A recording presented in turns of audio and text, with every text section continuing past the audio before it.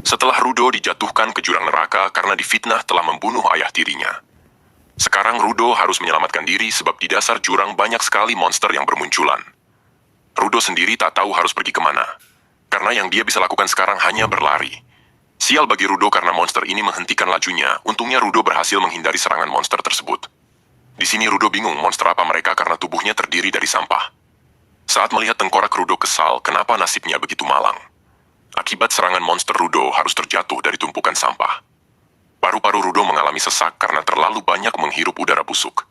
Sekarang ini Rudo hanya memikirkan cara bagaimana bisa keluar dari tempat ini. Namun ketika melihat sekitar hanya ada sampah, Rudo pun merasa frustasi. Saat mulut Rudo mengeluarkan darah, para monster langsung bergerak ke arahnya. Di sini Rudo hanya bisa meratapi nasibnya yang akan mati. Namun ketika mengingat Recto yang meninggal, Rudo mendapatkan buff dalam tubuhnya. Rudo akan mau mati dulu sebelum membalas kematian ayahnya. Lalu orang-orang yang menyebutnya kriminal dan menjatuhkannya kemari. Rudo akan menghajar habis-habis orang di permukaan sebelum mati.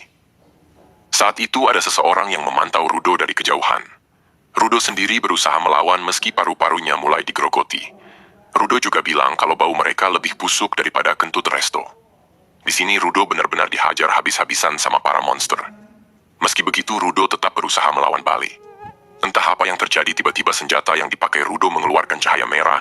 Serangan Rudo pun berhasil menghancurkan monster tersebut. Ketika Rudo berpikir semuanya telah berakhir, tak disangka dari belakang Rudo malah muncul monster yang lebih besar. Dengan hentakannya saja Rudo sudah bisa terlempar sangat jauh. Saat Rudo membuka matanya, dia melihat sosok aneh di atasnya. Ketika Rudo bingung siapa dia, tubuh Rudo malah ditendang begitu saja. Namun setelah itu, orang tadi memberikan masker agar Rudo bisa bernafas. Di sini Rudo langsung memberikan pertanyaan yang sangat banyak ke orang tadi. Pria ini pun menyuruh Rudo agar diam dan jangan berisik. Meski sudah diminta diam, namun Rudo masih saja melontarkan banyak pertanyaan. Pria ini pun meminta Rudo tetap diam dengan suara lirih. Namun Rudo yang tak bisa mendengarnya tetap saja nyerocos. Kesal sulit dinasehati, pria ini pun marah sambil bilang kalau semua sampah ini akibat kalian tengkai jin bodoh. Parahnya lagi monster tadi sekarang mengetahui lokasi mereka sebab mereka itu buta. Para monster di sini tak bisa dikalahkan sama senjata biasa. Monster ini hanya mendeteksi suara, tapi Rudo malah teriak dasar tolol, kata pria ini. Pria lalu menyalahkan Rudo. Akibat dia berisik sekarang para monster jadi mengetahuinya. Saat itu payung yang dibawa sama pria ini tiba-tiba mengalami perubahan. Karena sudah ketahuan mau bagaimana lagi, pria ini akan melawan monster ini. Ketika monster itu menyerang pria ini langsung memutar payungnya hingga membuat monster tadi hancur seketika. Tak sampai di situ saja, monster yang hancur tadi tak bisa meregenerasi tubuhnya. Sekarang pria ini harus melawan banyak sekali monster seorang diri. Namun hal itu tak menjadi masalah sebab pria dengan mudah membunuh monster tersebut. Rudo yang melihatnya hanya bisa bertanya-tanya apakah payung itu merupakan teknologi penduduk Naraku. Andai saja aku memiliki senjata seperti itu, pasti sudah aku hancurkan monster ini. Saat itu bos monster mengeluarkan serangan jarak jauh lewat mulutnya. Namun serangan dengan mudah diblok hanya menggunakan payung. Padahal percikannya menimbulkan ledakan yang sangat besar loh. Pria ini lalu terbang di atas bos monster tadi untuk menyiapkan serangan pamungkas. Di mana payung yang dibawa kembali dirubah ke ukuran yang cukup besar. Serangan tersebut langsung turun tepat di atas kepala monster tadi hingga hancur. Saking kuat serangannya, monster itu hancur tak tersisa. Setelah menghabisi semua monsternya, dia kembali menemui Rudo untuk melihat kondisinya. Pria ini lalu melepaskan topengnya dan memberitahu namanya yaitu Engine, di mana Engine merupakan orang yang tergabung dalam kelompok Sojia. Setelah memberitahukan namanya, Engine segera memasak lagi maskernya. Saat itu Rudo tak sadarkan diri. Kemudian kita akan dibawa flashback ke masa kecilnya Rudo sama Recto. Di mana Rudo bilang kalau tadi dia dipukuli sama teman-temannya karena bilang benda itu bergerak sendiri. Padahal kata Recto, sebuah benda kalau dijaga dengan baik, dapat dimasuki jiwa. Recto lalu bilang, bukan berarti mereka hidup, tapi cerita itu dari legenda kuno. Meskipun hanya cerita kuno, tapi Recto mempercayainya. Mungkin saja handuk yang dipakai Rudo ini juga punya jiwa sendiri. Mendengar hal itu, Rudo mempertanyakan semua barang yang ada di rumahnya. Tak terkecuali sarung tangan miliknya yang merupakan hadiah dari Resto. Recto kembali bilang, jika Rudo merawatnya dengan baik, pasti akan ada jiwanya nanti. Saat itulah Rudo terbangun dari pingsannya dan kaget melihat tubuhnya telah diikat. Rudo di sini marah kepada Engine, tapi Engine menasehati apakah seperti itu cara berterima kasih sama orang yang telah menyelamatkannya. Di sini tubuh Rudo diseret, entah akan dibawa kemana sama Engine. Rudo pun kesal sama Engine dan meminta melepaskan rantai yang mengikatnya. Sebab Rudo ingin kembali naik ke atas, namun Engine bilang hal itu tak mungkin. Engine lalu menjelaskan kalau orang bawah menyebut penduduk atas Tenkai. Intinya Rudo tidak akan mungkin bisa naik ke atas sekarang ini, karena tempat Tenkai selalu bergerak. Meski sudah dijelaskan Rudo, tetap memaksa akan pergi ke atas apapun yang terjadi. Rudo sadar kalau Engine pasti mengetahui cara untuk bisa naik ke atas sana. Tapi sebelum itu Rudo ingin dijelaskan sama Engine tentang dunia ini, monster tadi, serta kekuatan Engine tadi.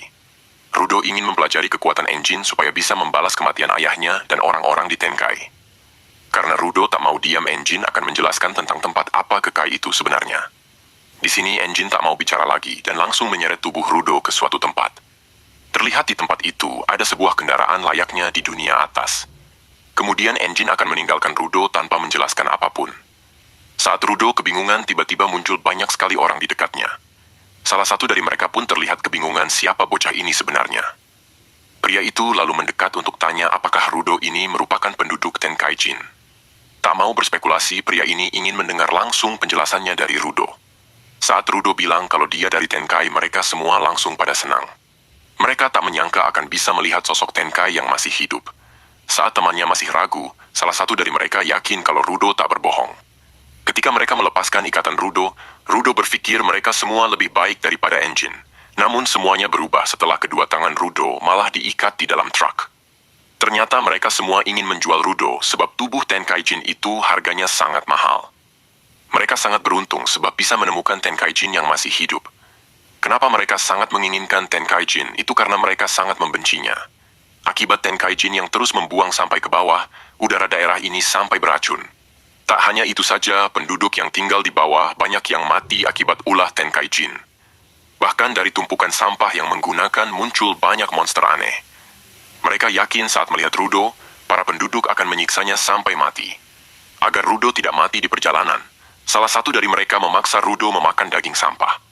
Mereka yakin pasti penduduk Tenkai-jin memiliki indera perasa sensitif karena tak pernah menyentuh sampah. Mereka pun kembali memasukkan daging sampah ke mulut Rudo. Namun naas bagi pria ini karena dia harus kehilangan jarinya akibat digigit Rudo. Rudo lalu memakan kembali makanan yang mereka anggap sampah tadi. Di mana bagi Rudo makanan ini lebih baik daripada yang selama ini dia makan. Rudo sudah muak sama orang-orang yang bilang tentang Tenkai dan Gekai. Kemudian orang atas dan orang bawah serta sampah dan orang suku. Rudo pun mengeluarkan kekuatan aneh dalam dirinya dan membuat rantai yang mengikatnya hancur. Rudo kali ini tak akan menahan dirinya lagi atas ucapan orang-orang padanya. Dari jauh Engine memantau keadaan Rudo yang akan mengamuk. Saat itu semua benda yang ada di dekat Rudo terlihat bergerak seperti hidup. Rudo lalu menggenggam sebuah rantai dan saat itu matanya menjadi menyala merah. Engine yang melihatnya bilang, kalau orang yang bisa menggunakan kekuatan ini disebut Giver. Di sini pemimpin mereka yang kesal telah kehilangan jarinya menyuruh anak buahnya segera membunuh Rudo. Saat mereka akan menyerang Rudo langsung menggunakan rantainya sebagai cambuk. Mereka tahu betul kalau seorang Giver tak akan bisa berbuat banyak jika senjatanya diambil. Setelah berhasil menjauhkan rantainya, Rudo mengambil band untuk dijadikan senjata. Betapa terkejutnya mereka dan Engine saat melihat Rudo tak hanya memiliki satu senjata doang yang bisa diubah. Serangan Rudo pun membuat semuanya tak sadarkan diri. Tinggal pemimpinnya yang tersisa dan hanya bisa mengoceh tak karuan. Saat Rudo hendak menyerangnya, Engine muncul dan mencegahnya. Di sini Rudo kembali sadar dan semua benda di sekitarnya pun mulai berjatuhan. Kepala pemimpin pun kejatuhan benda hingga dirinya juga jatuh pingsan. Rudo sendiri masih bingung sama apa yang terjadi barusan. Saat dirinya mengingat perkataan Resto tentang sebuah benda memiliki jiwa, ternyata beneran terjadi. Engine menjelaskan kalau kekuatan yang dikeluarkan Rudo pasti akan menguras tenaganya. Engine lalu meminta maaf kepada Rudo karena sudah mengujinya tadi buat memastikan kekuatannya. Engine akan menjelaskan semua yang Rudo tanya kepadanya. Namun sebagai gantinya, Rudo harus mau bergabung ke pasukan Sojiya. Di sini Rudo hanya bisa bengong doang sambil menatap ke arah Engine.